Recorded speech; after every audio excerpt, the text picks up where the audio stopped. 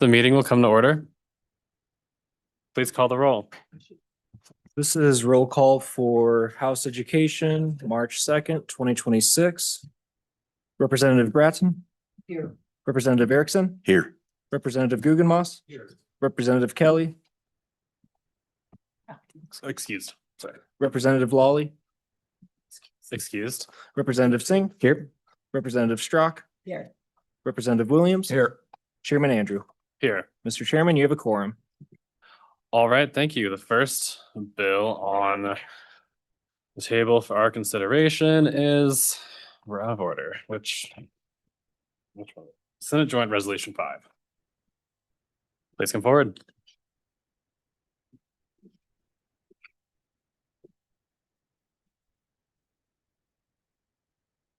Mr. Chairman, Jonathan Downing appearing on behalf of Convention of States, joined by Julie Baker, who is our state director, and our president, Mark Meckler. Would turn it over to Julie for an overview of the bill, if you'd like. Yes, please go ahead. Good afternoon, Mr. Chairman, members of the committee. This is an old friend, as as the sponsor would say, Senator Driscoll. We've heard it many times. Everybody knows roughly what this is about. Convention of States is using Article 5. We want to use Article 5 to initiate an amendment proposal convention, a convention for proposing amendments to the U.S. Constitution in 3 areas: term limits on federal officials and Congress, fiscal restraint, and reducing the power and jurisdiction of the federal government. You've seen the resolution, I'm sure you've all read it, that we require 34 states, 2/3 of the states have to pass this resolution in order to initiate the convention.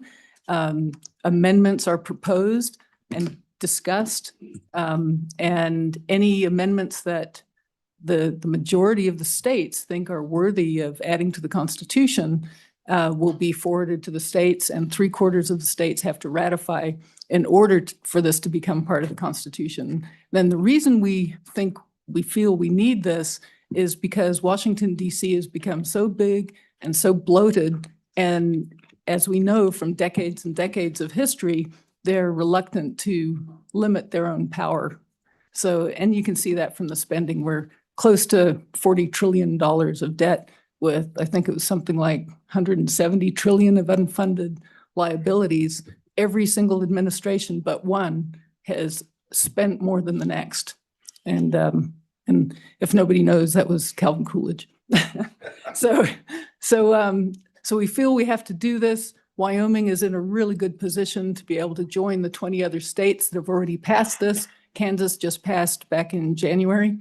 So we need 34, and we really, request that you vote yes on SJ5. And I'm here for questions if you have any questions, but I'll turn it over to Mark Meckler, president and co-founder of Convention of States, and he can answer anything you'd like as well. All right, thank you. Chairman, esteemed members of the committee, thank you for the privilege. Thank you for the privilege of being here today in front of you. And it is no small privilege. I have the chance to travel all over the country and sit in front of committees like this all over the country. I also, unfortunately, have the opportunity to spend time in Washington, D.C. and see how Congress operates. This is what the framers intended, what you do. When I started in politics 15 years ago, and I was one of the founders of the Tea Party movement, I would say that I had a general disdain for politicians. And I think this is sort of the grassroots default. I've spent the last 13 years traveling the country and meeting with folks like you in state legislatures. It's completely changed my perspective of politics and politicians generally. And what I mean by that is Washington, D.C. is what it is. It's as dysfunctional and broken and filled with dysfunctional, broken people as you imagine it to be. But the state legislatures are filled with people who love their states, who are largely here because they're doing their duty. And whether we agree politically or not, almost everybody is here for the right reason. And so I have great hope when I come to any state legislative body. You guys encourage me. And that's why I say it is a great honor to sit here in front of you. I can make all the arguments to you why we should call a convention of states, generally speaking. I can go through all the runaway convention stuff. I think we've thoroughly debunked the fallacy of the runaway convention. 1787 wasn't. It takes 38 states to ratify anything comes out of convention. There cannot be a runaway convention. But I don't think that's the most important thing that I could say to you today. I think the most important thing I could say to you is to look at Washington, D.C. If you're like me and you're a conservative, you look at Washington, D.C., and what you see is the single best administration that we've had in my lifetime. I'll be 64 years old in a couple of weeks. My first vote was for Ronald Reagan. Never thought I'd say I'm seeing a better administration than Ronald Reagan, but that's what we've seen. Trump has gotten more done to reform the federal government than any president in modern history. It's absolutely extraordinary. I have many friends inside the administration at a very high level. And I can tell you something with absolute certainty. And this is from their lips to my ears and me witnessing it and you guys seeing it on the news. They are not, I repeat, not going to fix Washington, D.C. We will spend more money this year than we spent last year. We'll continue to spend more money. We will continue to increase the deficit. It's now 38 trillion. It will be soon over 40 trillion and beyond. Eventually, our interest on the debt, it's getting close now, will exceed our defense spending. No country in the history of the world has ever survived that. And that's where we're headed. And they're not going to fix it. And it is not for will to try. They are trying. They are working hard. They're doing their best. Really good people inside this administration. But Washington, D.C. has grown too big. It has grown outside of the constitutional box. The vast majority of the American people believe that Congress should have term limits. They will never do that to themselves. I repeat, never, in all caps. The vast majority of people believe that those in Washington should balance their budget, should have to live within their means like you do.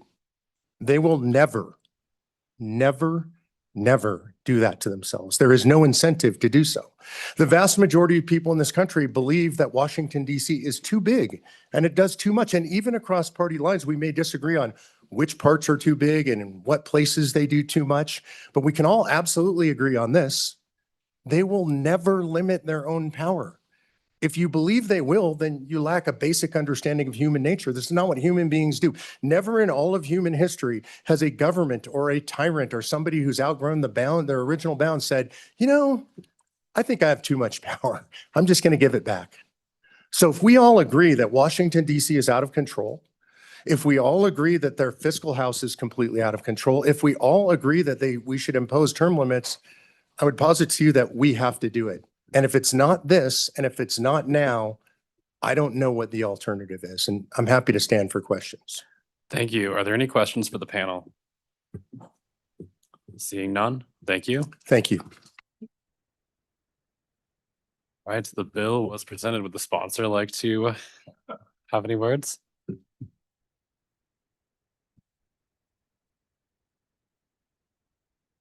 Good afternoon, Senator. Chairman Andrew, committee, thank you. I missed out. Sorry, budget vote, probably the only vote ever that you'll not be able to drag me off the floor. I was watching you on video and you weren't going to get me away from the budget vote. So got there. I'm not going to add a whole lot more because I don't know what they said, but I know it was done well. We're down to base arguments on COS. Let's just face it. We're down to two different camps of what happens if you do it or what happens if you don't. And I can tell you one thing's going to happen if you don't. When you look at the $38 to $40 trillion spending and you look at the past pattern, the chances of us getting honest reform on any face are zero. It's not going to change. So I'm going to give you the example I've given every year when I've done this, and this is for all of you to look inward. You're on a jet plane and the pilot has a heart attack and he's dead and the plane's heading for the ground, and you get out of your seat and you go to the front and you see the pilot's dead. Do you try to land the plane or fly the plane, or you go back and buckle your seatbelt and wait for the wreck? Because if you don't act, you're waiting for the wreck.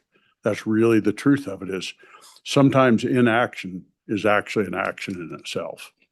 And inaction in this is you affirming that we're okay with the federal government taking us until we hit a fiscal cliff, which is ultimately the end of our government as we know it. When you hit a fiscal cliff, it's the effective end of what we all see here. That's why you see me look at it. It's very hard for me. The second half of it is you go back to James Madison and the Federalist Papers. As always, they predicted this was going to happen, and I've heard over and over, well, Madison says he was opposed to it. Well, I just went back and spent a bunch of time, and if you look at a whole series of letters he wrote at the end of his life, He said, we absolutely have to have the ability to do this again. It's the only tool in our chest that's constitutional to rein in the federal government. So for me, as you have your debate, I'll back off instantly and campaign against it as soon as you tell me what the fix is that fixes this problem. Because I don't see one out there. I've gone everywhere. I've heard the sky's falling with it. I'm sure you're going to hear testimony it's falling. I will die trying to save something rather than die to saying I did nothing. And that's really where I'm at. So when I look inwardly, I put my hand on the Bible for the Constitution. It's here to continue this form of government and to support it. And that this is the one route we have to get the federal government back on track. We all see the problem. We disagree on the solution, but this is the only one I can see. I'd stand for questions. Thank you. Thank you. Are there any questions? Seeing none, thank you. Assuming there are no state agencies that would like to comment on this bill, we will move to public testimony. We will do, seeing as that we are low on time and have 3 bills, I will allow 10 minutes for public comment with a 2-minute time limit per speaker. Is there anyone in the room who would like to testify on this bill? Anyone besides the people who are coming up to the front now? No, we have a lot online. That's why I'm asking. So we'll hear from you guys first and then we'll go online. Good afternoon. Good afternoon, Mr. Chairman, members of the committee. My name is David Iverson. I live in Sheridan. I have a degree in American history, and I think you know that I own a couple of media companies. I want you to remember something that one of the previous speakers said. They will never limit their power. Now, while I go through this, just think of that. Article 5 was written for a different time and a different people. And I think if you look back over the last 2 weeks, I think you could say that we're not the same people that wrote the Constitution. Article 5 was written for a virtuous and very religious people, and we are not those people. It was written for a time where people didn't have ulterior motives and there wasn't gigantic amounts of campaign spending that happened. That we could be sure that people would go and they would participate in a convention and they would have good motives. I don't think so. So in Article 5, there are only 2 things that the Constitution says you cannot do. One of them is to outlaw slavery before 1808. I think that we're a little bit past that. The second one is that it says you cannot deprive the states of their suffrage in the Senate. Beyond that, you can do anything you want. Now, I think you all know that the Constitution holds preeminence over state law. That whatever the Constitution says, you guys don't have the ability to say that it's invalid. And therefore, anything that you say in the bill that we're discussing, Senate Joint Resolution 5, it doesn't matter. Because when you get to the convention, all the rules are going to change. Because let me ask you, what is the very first thing you guys do before you start transacting business here? You decide on the rules. And you could decide on any rule that you want. So for a time, there was a rule that everybody had to wear a necktie. Well, now there were some people wearing bolo ties on the floor. Okay, if you wanted to pass a rule that perhaps, I don't know, maybe the threshold to pass the Constitution would be different. Maybe you could say instead of it being a unanimous vote, it could be 3/4 because that's what happened the first time.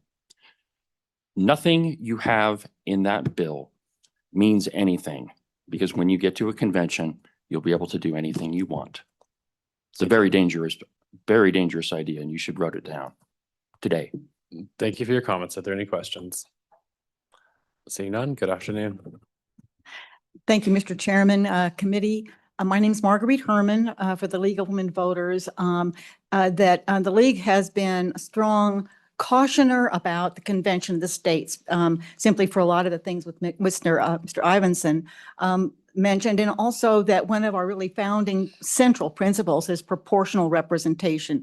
There are no rules, and we have a lot of concern about what would happen, happen especially, and without the proportional. I'll just read a list of things that we think the only way that it would pass muster would be if, well, first of all, in 2017, our opposition came down to, well, not complete, but only if. The League believes that procedural safeguards must be put in place to protect democratic values and ensure that any proposed amendments reflect the concerns of citizens. We cannot afford to have a chaotic or unrepresentative process for amending the Constitution. We can't afford to let special interests dominate a constitutional convention. So the League supports these safeguards for this kind of a convention of the states. The convention must be transparent, not conducted in secret. Representation at the convention must be based on population rather than one state, one vote, which actually is a condition mentioned in the bill. And delegates should be elected rather than appointed. Voting at the convention must be by delegate, not by state. Only state resolutions on a single topic count when determining if a convention should be called. And again, just to reiterate, this bill, despite setting out guidelines, once you get to the event, it would have no effect at all. We can stand and say one state, one vote, et cetera, and the rules will be made up on the spot. We can't guarantee that the bill would guide the procedure. Just real briefly, the League joined 200 other organizations in 2017 that all signed on to the statement. An Article 5 convention is a dangerous threat to the U.S. Constitution, our democracy, and our civil rights and liberties. There is no language in the U.S. Constitution to limit a convention to one issue, and there is reason to fear that a convention, once called, will be able to consider any amendment to the Constitution that the delegates want to consider. There will also be no guidelines or rules to govern a convention. Due to the lack of provisions in the Constitution and lack of historical precedent, it is unknown how delegates to a convention would be picked, what rules would be in place, what would happen in the case of legal disputes, what issues would be raised, how the American people would be represented, and how to limit the influence of special interest in a convention. And just finally, the League supports the Right. alternate method of you. amending the Constitution, which we have used for these 240 years, which Right, is. thank you for your you comments. passed- I appreciate it. you- Sorry. We only okay, took so much time. Thanks. Thank you Thank very you. much. Are there any And que- are there any I assume there are questions? no questions. Seeing none, thank you. All right, we will now go online. Just chronologically through the list, I guess, if they're available.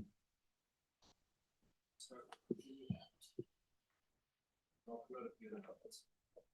right, thank you.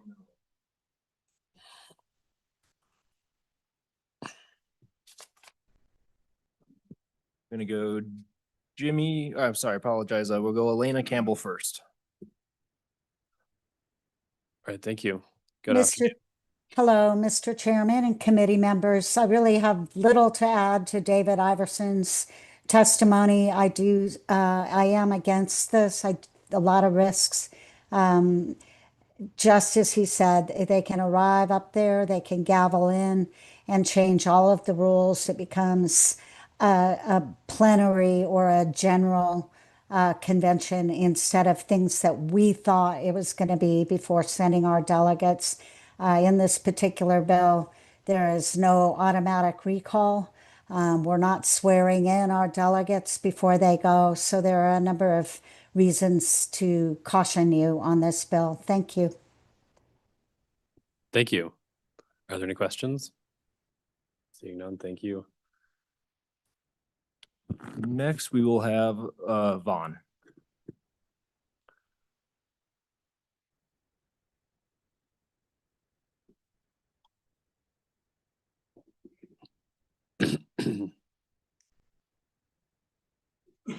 All right, maybe we'll go to the next one then. Good afternoon. If you could make sure to have your mic unmuted, Vaughn, that'd be appreciated.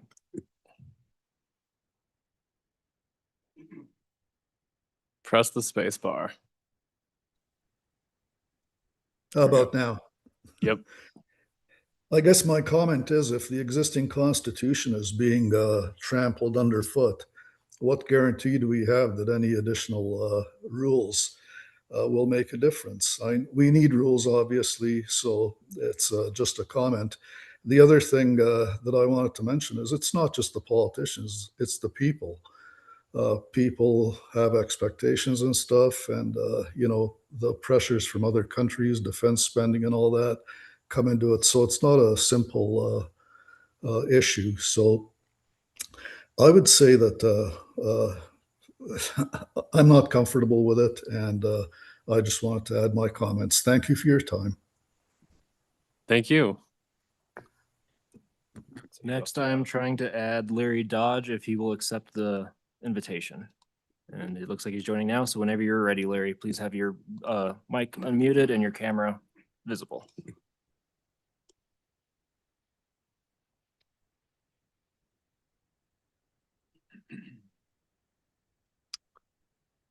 Go. Next one, I guess.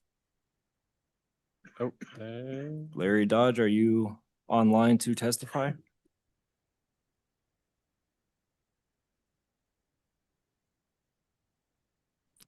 We will move on to Sarah Penn. Sarah Penn, if you would join the room as a panelist, it would be appreciated. and I'll allow 2 minutes. We'll go just a little bit over, but this will be the last comment.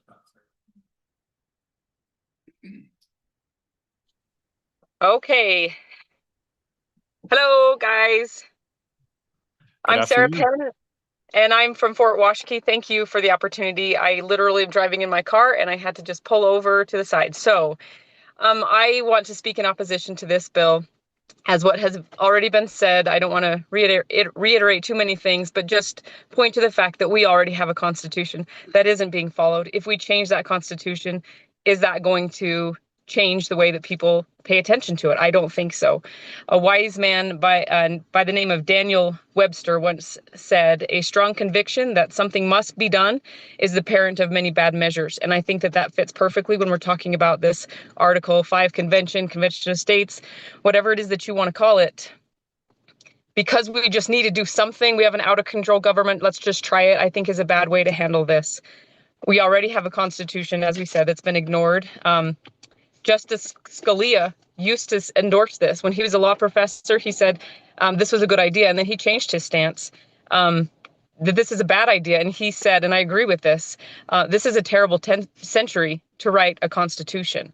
I also wanted to briefly discuss some of my experiences when I was in the legislature, responding to people's emails that were in support or against this issue. I would get these emails from an entity that would send kind of batch emails. This is from your constituent. It would have their names. It would have their addresses. I responded to everyone and I said, hey, eventually, why? And I would get emails back from those constituents saying, I don't know what you're talking about. I didn't send that email. And what is Convention of States? And I would love to talk about that more. If you guys want to contact me, please do. We can talk about it individually. But if these kinds of entities are working toward this, someone cannot be, these types of entities can't be trusted with our Constitution. There's just too much at stake. The risk-benefit ratio does not come out in our favor. So please vote nay on this bill. Thank you. Thank you. We'll now close public testimony. Committee, what is your pleasure? Move the bill. Moved by Representative Singh, seconded by Representative Erickson. Is there any discussion? Amendments? Seeing none, we are voting on Senate Joint Resolution 5. Please call the roll. This is a roll call vote for Senate Joint Resolution 5. Representative Bratton? No. Representative Erickson? Aye.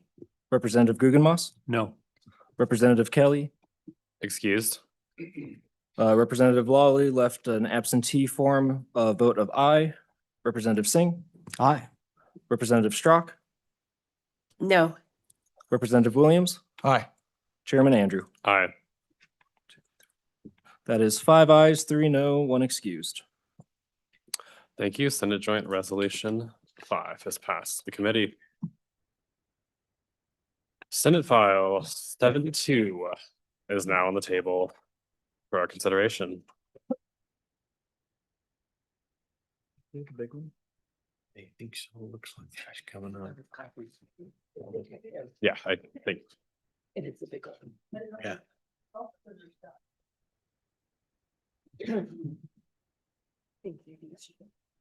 Thank you, Mr. Chairman and members of the committee. Wendy Schuler, Senate District 15. Sorry, we're late getting over here, but apparently we're a little slower getting our votes ready for the budget bill. So anyway, but we're here. I bring you Senate File 72, Interstate Teacher Mobility Compact. Again, this was a constituent bill. Gentleman that's an administrator in a school over in northwestern Wyoming. He has a school that has some of the most challenging kids in the state. These are kids that sometimes can't be in a public school. And so they need extra special care, behavioral specialists, special ed. And he's having a tough time getting teachers to be able to deal with some of these kids and some of their issues. So he reached out to me and he asked me if I would take a look at a teacher mobility compact. So I did, and right now there are 13 states in the teacher mobility compact, and 3 of those states are around us: Utah, Colorado, and Nebraska. So this bill facilitates teachers through a new pathway for licensure. It also expedites and enhances the ability of teachers to move across state lines. This bill also supports the relocation of eligible military personnel, which will help down in this corner. It enhances the power of state and district level education officials to hire qualified, competent teachers by removing barriers to the employment of out-of-state teachers. This bill maintains state sovereignty in the regulation of the teaching profession. So the receiving state, which would be us, they still get to make all the final decisions through PTSB. And if you look on page 8, this is a really big bill, so I'm just going to hit the high level. But if you look on page 8, each member state will compile a list of eligible licenses and also CTE requirements that the receiving state is willing to consider for equivalency. And the receiving state will make the final decision. They will still do background checks just like they would without this. And if there's any kind of adverse action by a teacher in another state, they will not be granted an unencumbered license to that person. For military spouses who hold a license that is not unencumbered, the receiving state shall grant an equivalent license. And when a teacher is required to renew a license pursuant to this compact, the state granting such a license may require the teacher to complete state-specific requirements as a condition of licensure renewal. So for instance, let's say we got a teacher from Colorado that came here. They met all the requirements PTSB asked, with the exception of maybe something that the PTSB thought they could get by with. But when they renew their license, they may have to go ahead and take care of that issue, maybe a Wyoming civics license or a test or something like that. The most important thing here, I think, is our state sovereignty, and also the fact that Wyoming Department of Education, they'll be paying for any administrative costs, so it's revenue neutral. And we know that bottom line is we're having a hard time funding all the positions for teachers that we have. And we knew that even before we started working on recalibration for those that worked on the bill, particularly special ed teachers, foreign language teachers, even math teachers. Those are some of our high need areas, and we have a hard time getting those particular specialties. And so with the decline in the number of graduates that are coming over from the University of Wyoming in the College of Education, we know we're going to have to go out across state lines to help us fill some of those hard-filled areas. And so obviously with the recent recalibration bill, that increase to the teacher salaries, it's going to get us more in line with the states around us. And so I think what we're going to do is we're going to see more out-of-state applicants. And I think this bill is what we need to help us create a more streamlined pathway for licensure and portability of licenses. And I mean, without going into a lot, it's a 55-page bill, but I will say this, since I've been in the legislature, we passed some compact bills. They're long. I don't know if you went through it. It's long, but there's 5 pages of definitions. There's a lot of things in there that most compact bills that's just the way they go about things. But if you, I just think this is going to help us with what we need to do to fill these positions in some of our states, especially some of our border, towns that they're having a hard time. Not everybody wants to go to Encampment or Big Piney or wherever, Newcastle and so on and so forth. So I think this bill will really help us with that. And I'm happy to answer any questions. Thank you. Are there any questions? Seeing none, thank you. Would the department like to comment on this bill? No? PTSB.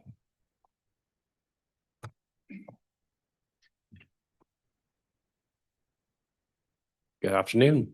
Good afternoon, Chairman Andrew and members of the committee. I'm Brendan O'Connor, Executive Director of the Professional Teaching Standards Board. With me is Assistant Director Stephanie Benbow. And just Senator Schuler provided a great overview of that. I just wanted to add some additional context to this. The Interstate Teacher Mobility Compact actually originated as an idea from the Department of Defense to help military personnel plus their spouses in the often transitory nature of military service, to help them just facilitate those moves. They partnered with the Council of State Governments and the National Association of State Directors of Teacher Education and Certification, or NASDEC, and that's PTSB's professional association. So I've been monitoring this compact work over the last number of years as it was adopted by different states. It needed 10 states to become active and set up the commission.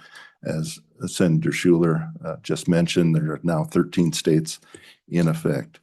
It will not fix any teacher shortage, but it does produce a smoother transition for people coming out of states from compact states to Wyoming. If Wyoming passes this, makes that process even more smoother than it already is. And we do a pretty good job with reciprocity as it is, but this it'll be a more equivalent face value transfer of those licenses. Applicants do have to hold a bachelor's degree, and they also have to complete a preparation program, state-approved preparation program in their home state. And then whatever level, it's a full license. So there's no provisional licenses, there's no emergency licenses. It's a full teaching license or a full administrator license or a full CTE related license from that home state would come in, and PTSB would issue a certificate as equivalent as we have available at the time. And I think that's pretty good summation. The executive director of NASDEC, Jimmy Adams, is online. He's been pretty instrumental in this as well, and he can provide some additional information if needed. And I would stand for any questions. Thank you. Representative Bratton. Thank you, Mr. Chairman. So one of my questions is, so like, what does this actually change? Because if this bill does not eliminate the discretion that, I mean, when it doesn't, it just restructures it, then really you're still the ultimate authority. So why do it? You really can already decide to do what this bill purports. Can you not? Or where are the differences? Please go ahead. Okay, thank you, Chairman Andrew. Representative Bratton. It is true, we can provide those avenues to get people in. What this does is it basically just kind of streamlines it a little more so that we aren't necessarily double checking what another state has already done. We're kind of saying you've met those requirements, we'll take those in. Right now, we do review our own transcripts as they come in. Sometimes we don't accept licenses that are added via alternative measures in other states because it doesn't match our current rules. This way, if they have a full license with however many endorsements, they'd be bringing all of that in, and so it smooths out some of those features of it. Representative Bratton. Thank you. So this brings into mind some of the bills that we had last session. So if you're the agency if you're promulgating the rules, then you can change the rules. Is that correct? Chairman Andrew, Representative Bratton, yes, we are eligible to change our rules as needed. All right, yes. thank you. Thank you. Are there further questions? Seeing none, thank you. Is there anyone in the room who would like to comment on this bill? Please come forward. No one else? Right. We have one online as well, so good afternoon. Good afternoon, Mr. Chair, members of the committee. My name is Nick Belak. I represent the Wyoming School Boards Association, specifically the voices of our members that are part of that organization. And I do want to stand in favor of this. I think that this interstate compact serves to kind of bring our licensure up to more of a contemporary, meeting the needs of contemporary licensure. As Director O'Connor was stating, well, first of all, I am a licensed teacher. I went through this process. And oftentimes what happens when an educator goes through licensure, perhaps for the first time, is their first foray into understanding that different jurisdictions have different requirements. And oftentimes when an educator does go through that process, they are met with, well, why do I have to provide an institutional recommendation? Why do I have to provide all of my transcripts? If we can streamline this and then accept what another state has accepted as that unencumbered license, it takes away a lot of the stress of that educator. Not only, I think, from that educator, but also perhaps helps to make the Professional Teaching Standards Board a little bit more efficient as well. So I just want to stand also in support of the fact that this does help because it does streamline. It helps to, it doesn't solve, of course, the teacher shortage issue, but it does create less of a burden, less of the redundancy that is part of that, which any bit of help for an educator, I think is definitely welcome. I think it's also been said that this has been, some of these interstate compacts have already been passed in Wyoming. I know speech language pathology, audiology, the nurses also have done this. And again, the Professional Teaching Standards Board does have the ability to do this in rules, but if we can actually have this mechanism to avoid that redundancy, it's really, I think, especially effective to help those teachers that are trying to make application for licensure in the state. With that, I would be happy to stand for any questions. Are there any questions? Seeing none, thank you. Thank you. All right, we will go online. All right, we have Jimmy Adams online. Hi, as Mr. Good O'Connor afternoon. stated, can you hear me? We can. Okay, great. As Mr. O'Connor stated, I am Jimmy Adams. I'm the Executive Director of the National Association of State Directors of Teacher Education and Certification, or NASTEC. Thank you for allowing me to be here today to talk on behalf of the Interstate Teacher Mobility Compact. We know that most teachers don't move. Actually, 65% stay in the geographical region where they are raised and where they obtain their educator preparation program and their license. But when they do need to move, it's typically because of life circumstances, such as a spouse being transferred, be that military or other employment, or they need to move to another location to care for an aging relative.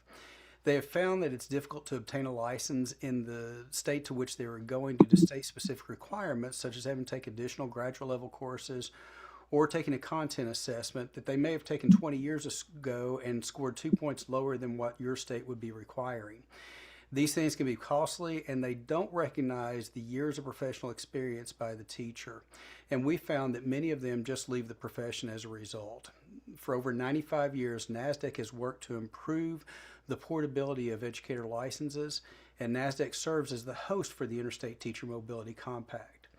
The compact, which you're discussing today, is Senate Bill 72, allows each member state to identify those high-level licenses within their state that meet the same level of professionalism as in other states, where the professional teacher holds a bachelor's degree, has completed a state-approved education preparation program with no outstanding requirements, and is subject to a criminal background records check by the receiving state. By meeting these criteria, the receiving state can issue an equivalent license based on the three components of content, grade level, and student population, eliminating the overhead of processing paperwork and delays due to the teacher having to provide additional verifying information or documentation that's already been verified by the sending state. The system will have a data exchange system that is about in its final stages, where the sending state can transfer that information over to the receiving state. And through this compact, states maintain their autonomy and have full control over the license they issue. The compact, unlike most other compacts, simply creates a streamlined process by which the teacher can receive a license and become eligible for employment. This is a win-win, as the professional educator gains increased mobility, which is consistent with being a professional, and states benefit from a wider door of effective educators and reclaiming those that have left the profession rather than try to navigate the out-of-state requirements for licensure. Thank you for your time, and I'm happy to answer any questions you may have. Thank you. Are there any questions? Seeing none, thank you for your testimony.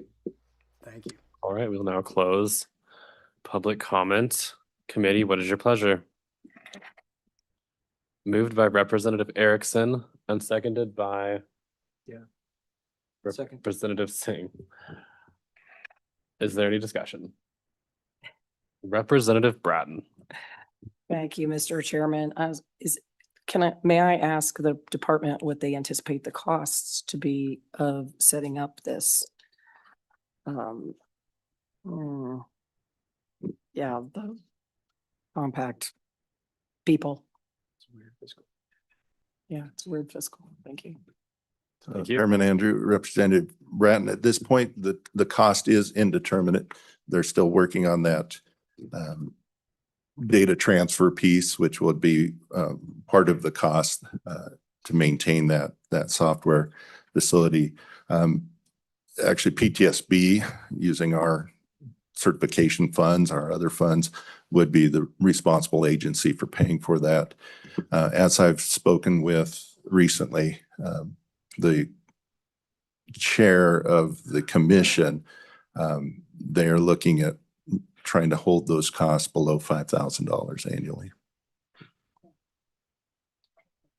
Thank you. Is there any further discussion, amendments? Seeing none, we are voting on Senate File 72. Please call the roll. This is a roll call vote for Senate File 72. Representative Bratton, No. Representative Erickson, Aye. Representative Guggenmoss, No. Representative Kelly is excused. Representative Lawley left an absentee vote of aye. Representative Singh, Aye. Representative Strock, Aye. Representative Williams, Aye. Chairman Andrew. Aye. Mr. Chairman, that is 6 ayes, 2 no, 1 excused. Senate File 72 has passed the committee. Senate File 104 is now on the table for our consideration. Senator Scott.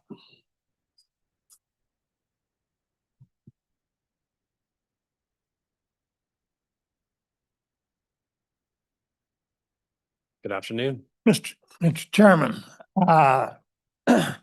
bring you Senate File 104, higher education research funding. And Mr. Chairman, this is an effort to solve a problem that the University of Wyoming is getting into that is in no way their fault. The problem is that research funding has been coming in good part from the federal government. And some of it is going away. They're not going to get out of the business of funding research, but they are cutting back and going to have to cut back. And this bill was developed this summer as a result, actually, of an article in the Wall Street Journal saying that the funding for research at colleges, universities, was going to have to be local. And I thought the points were very well made that with the federal funding going down, they were going to have to go get their own funding. The recommendation in the article was a state income tax credit, which of course we, thank goodness, cannot do. But we have considerable experience, not in the research area, but with the University of Wyoming, with raising funds with a matching funds concept. And so that's what this bill does, is it proposes that we solve the problem by putting money up for the university to go raise an equal amount on a matching basis and fund the research that way. And Mr. Chairman, that's intended, and the bill is written such it is. It will be one-time funds being used in the funding, because one of the advantages of a matching funds concept like this is we can fund it when we've got plenty of money that we're not sure of will be available in the future. And if we have some tight years, we can just not fund that for a while. And they can live off what they've already raised and what we've already appropriated. And it has worked just fine in the past. So that's the way the bill's written. The proposal is to put up $50 million. And we are fortunate because we had recognized on the 1st of July a great big windfall from stock market profits in our permanent funds. And that is classic one-time funding that we aren't sure is going to be there in the future. So we'll take advantage of that circumstance right now, Mr. Chairman, with this bill and solve a problem for considerable time at the university going forward. That's the idea. The bill and the $50 million figure, Mr. Chairman, is an attempt to get a significant amount, but there's no great magic in that funding. You can do more or less to get the job done. There are a couple of other provisions in the bill. There's a provision that definitely says it's not part of the standard budget, but they can ask for as an exception request in the future. Probably don't need to say that. They can do that at any time anyhow. There's a provision that says it's not part of their block grant. This is entirely separate. I would say that it does not impinge on the primary mission of the university, which is undergraduate education.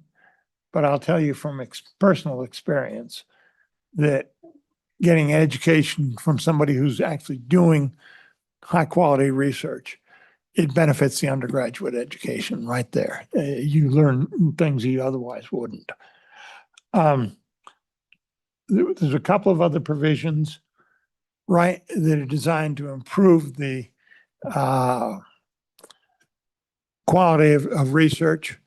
One of them, right now, there is a division of if the research comes up with something that's patentable, profitable, the university gets 60%, researcher gets 40%, and that's pretty standard right across the country. It is not a profitable operation currently. My understanding is we're spending more money in getting the patents and whatnot than we're taking in. So this is saying that isn't working. Let's go to something that'll help us recruit top-rate people.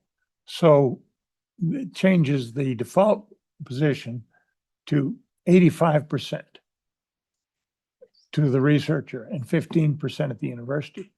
On the theory, Mr. Chairman, that will help us recruit the best, and that 15% of something that's very good, where the professor is not incentivized to make sure it's done on private time, is much more profitable than 60% of something that doesn't amount to anything. It's a shot in the dark, and I want to make very clear that the language of the bill explicitly makes sure the university has the flexibility to negotiate different provisions where that's appropriate, and it will be appropriate. Some of the places, for instance, where the university is providing research equipment that private research just simply wouldn't have, might well fit in that category. The other provision is a lot of the real grunt work that's done in research is done by the graduate assistants, the graduate students that, and they, frankly, they are, I won't say they're paid slave wages, but they're not paid well. And this bill would authorize the payment of some of those, a select group of them, $1,500 a month more. And at the stage of life those people are in, where they're just starting families and whatnot, Mr. Chairman, money talks. And so there's a 1.2 million. It would be an ongoing appropriation for improving research that way. And I will give considerable credit to Senator Office, my co-sponsor, for coming up with both of those ideas. I think reflects knowledge of what actually goes on in the research process. Mr. Chairman, that's a quick summary of the bill. We haven't tried matching funds in research before. There's a lot of flexibility in how to do it. It's designed to give the university a lot of flexibility. And I don't know how long it's going to take them to raise what we're proposing to put up this time. But I think it will be a big help to the university going forward, because it is an important part of a great university. And frankly, University of Wyoming is our future in this state. So, Mr. Chairman, with that, I'd be happy to answer any questions, and I believe the university is here to talk if it wants to.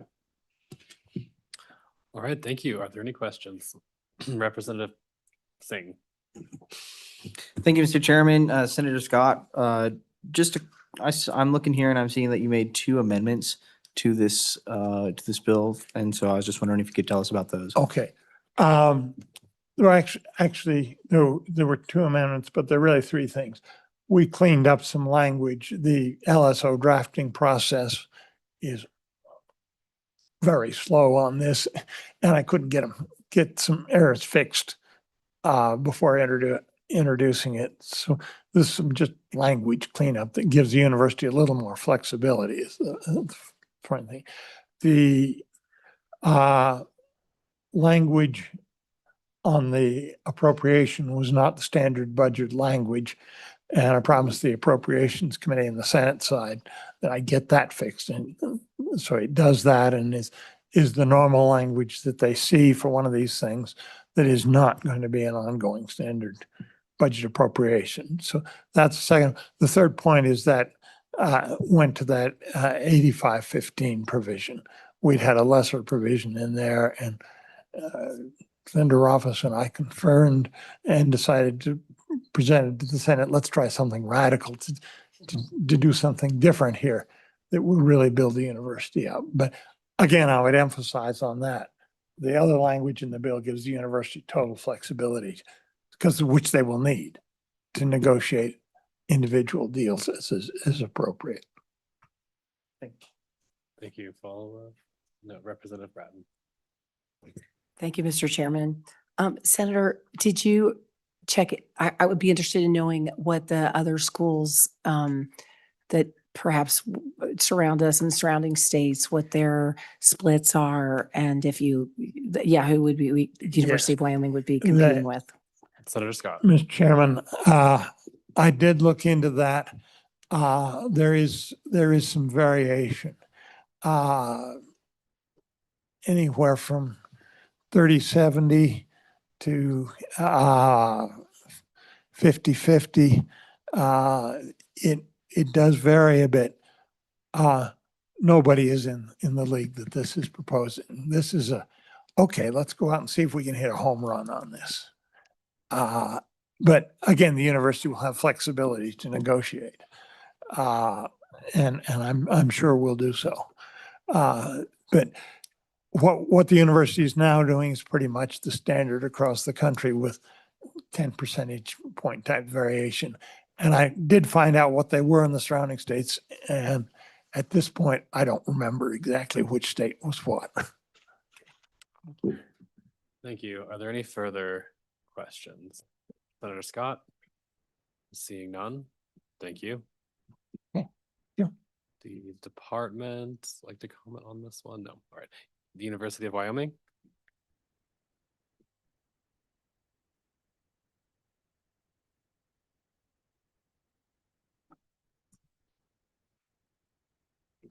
Thank you, Mr. Chairman. Good to see you all, members of the committee. I'm Ed Seidel, the president of the University of Wyoming. I'm here with my VP for Government Affairs, Mike Smith.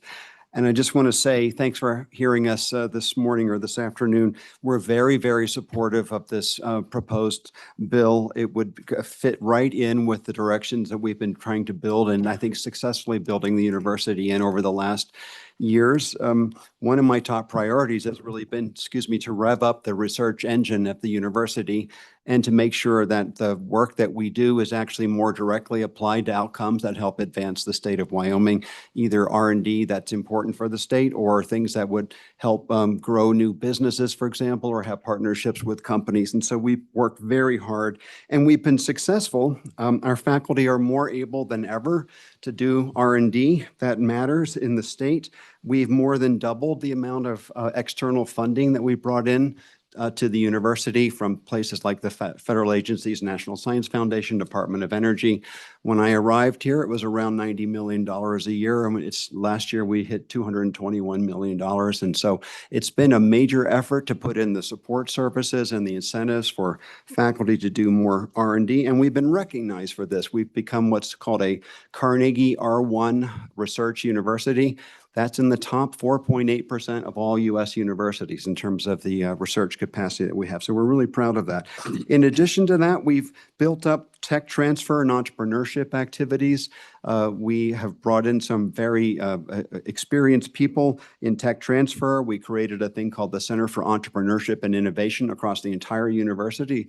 So not only business students, but engineers and ag students and even humanities students may want to form companies, and we provide the support that they need for that. And we've created a new office called the Office of Industry and Strategic Partnerships that's specifically coordinating industry partnerships across the entire university as well. We are concerned about the federal landscape, as Senator Scott mentioned. There are a lot of pressures on budgets there. In fact, this last year, it was proposed to cut the National Science Foundation budget by more than 50%. Also, DOE is seeing a lot of pressure, and the National Institutes of Health. So these are trends that we're concerned about. The same as seen across the country. The state of Texas, year before last, I believe it was, created a research fund for its universities of $4 billion. When I look at the amount of funding and the amount of people, that's roughly the amount per capita of what's being proposed here, actually. So we're a smaller state and don't require that kind of an investment, but we do need some investments. So we strongly support this bill. I want to thank Senator Scott and his co-sponsors for this. And I would say going forward, I hope very much that it passes. And if it does, we might want to work with the legislature to make potentially some adjustments. As Senator Scott said, they're trying to hit a home run here. We'll see if we might want to turn a few knobs on that. But for right now, we like very much where it is. Thank you very much. Thank you. Are there any questions?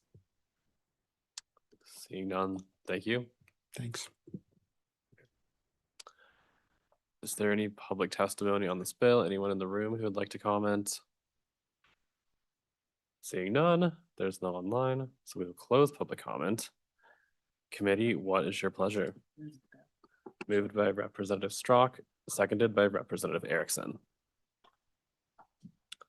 Is there any discussion on the bill?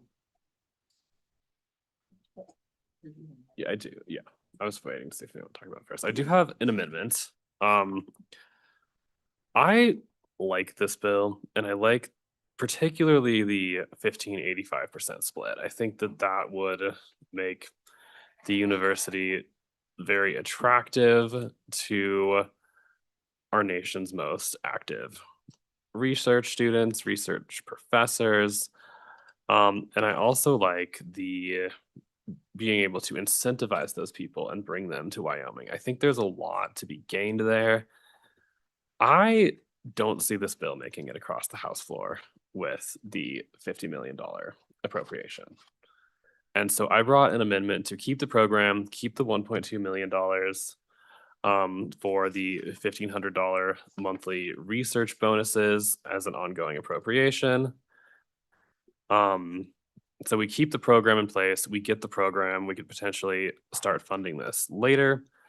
I think if we want the bill though on the House floor, I do think this amendment is probably necessary, and I think the bill still does a lot of good.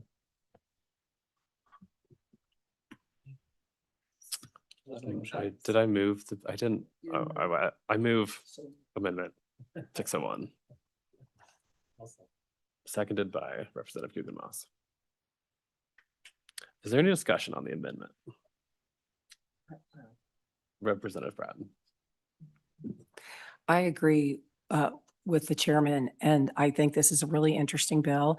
I have looked into other research institutions that the average is like 33% on the splits.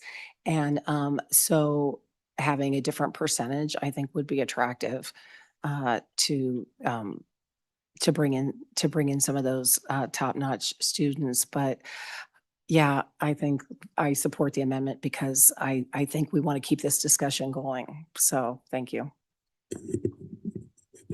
Further discussion? Seeing none, we're voting on the amendment. All those in favor say aye. Aye. All those opposed, no. No. The amendment has been adopted. Further discussion on the bill. Question having been called, we are voting on a Senate file. We're still on this one. It's 104. Please call the roll. This is a roll call vote for Senate File 104 as amended. Representative Bratton? Representative Erickson? Aye. Representative Guggenmoss? Aye. Representative Kelly is excused. Representative Lawley left an absentee vote of aye. Representative Singh? Aye. Representative Strzok? Aye. Representative Williams? Aye. Chairman Andrew? Aye. Mr. Chairman, that is 8 ayes, 1 excused. All right, Senate File 104 has passed the committee. We are now